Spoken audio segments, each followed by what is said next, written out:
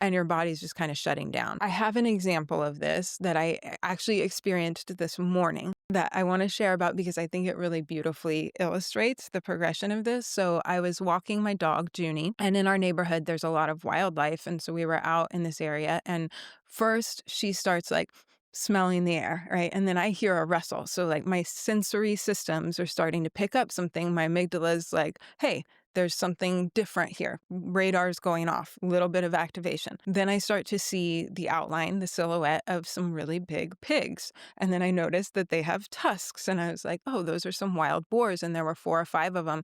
And they started coming down the hill towards us. And there was a moment, it felt longer because time kind of expands in that freeze Mhm. response. So there was a moment both Junie and I were frozen. And then she turned and started sprinting as fast as she could. And I was like, good idea. And so I started sprinting with her. And so that was that moment of acute freeze where we just had this split second immobility as our system was gathering information.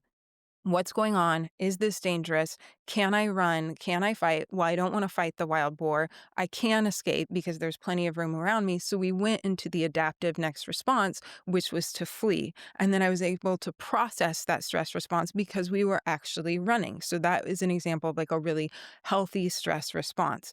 If we hadn't had an escape, we might have gone into tonic immobility and gotten really rigid and hoped the boars didn't notice us, or if the boars attacked us, we might have flopped, right? To not experience that sensation. And early childhood abuse or living in a state of chronic stress or like a long term abusive relationship is like I live in the house with the wild boars, you know? And so I'm constantly I can't escape it because I need my house. I need food and shelter and my space. Maybe the door is locked and I can't get out. And so now I'm constantly facing that threat response of the wild boar being the boar. And so I start to go more into freeze and flop because there's not an escape route. Mhm. It's a beautiful example. Illustrates freeze perfectly.